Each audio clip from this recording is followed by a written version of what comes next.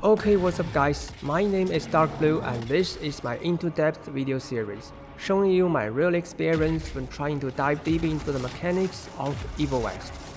I believe this will be an interesting story and some kind of reference when you play this game as well. You see, there are people showing their achievements after successfully diving into a game, but showing the experience before that, I am the only one. So give me a like and we are on the ride. In last video, I said I had finally found how to select missions, so in this video I shall use the final mission at the highest difficulty as an example to investigate the problem of multiple elites. You see, before starting I have also played through some early missions in New Game Plus, and during this procedure I was still using old strategies but with a better performance. It's easy to understand, I am now more experienced at conducting these strategies. For example, this is how I fought the Bad Elite, and this is a fight in the Lumber mission. A question now emerges. Will old strategies plus a more experienced player naturally be good at dealing with multiple elites? Okay, so what comes in first priority to improve my performance? I think I'm now struggling not to get hit, especially when everyone is dashing towards me, and when I'm trying to find a chance to do some speed killing. And to solve this problem, I shall set a goal of 0 hit challenge. Though in the end I will most likely fail to reach the target to 0 hit, it has to be my goal so that I can get hit less frequently. At first I was still trying to make some strategies, but they didn't work, so I ended up purely practicing more and more. In the rest of this video you will see me fighting the same battle over and over, but with my performance improved a little each time. And this is the most interesting part of playing games into depth. Since I suppose I got hit partially because I was also seeking the chance to fight back, this time I will try to dodge all the time and not fight back. And it turns out super easy to stay on hit.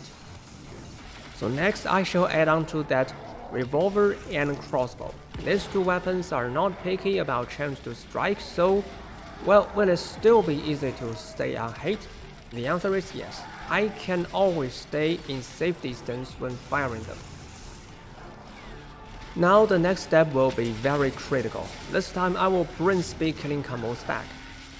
With the newly established habit from 2 previous steps, now I'm much more prudent.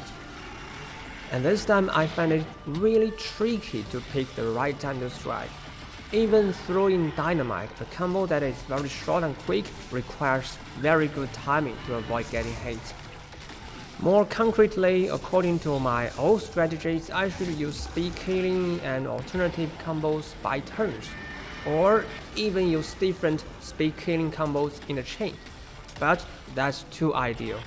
Now I'm actually only firing revolver and crossbow in most time, while the chance to strike speed killing is rather rare. At present, I feel I have enough knowledge to finish this battle. I shall first take down these ranged mobs and 4 shield elites, and then there will spawn 3 additional bad elites. I thought by defeating the 3 bats I could finish this challenge, but I was wrong. After one of the 3 was taken down, more melee mobs were spawned, and I got killed. So I have to reserve some of my weapon charges to deal with these mobs, as they are of the same threat of elites. But if I reserve all my resources, I will become much slower to kill elites. So I add back some weapons that charge fast, such as dynamite and scorcher. Well, even if I use them for speed killing during early fight, they will still get fully charged when those mobs are spawned. This time I think I'm really fully ready to finish this battle, but it actually took me a few more runs to make it. During this procedure I also learned something new. For example, now I can do melee solo against one elite even when there are other elites on the field.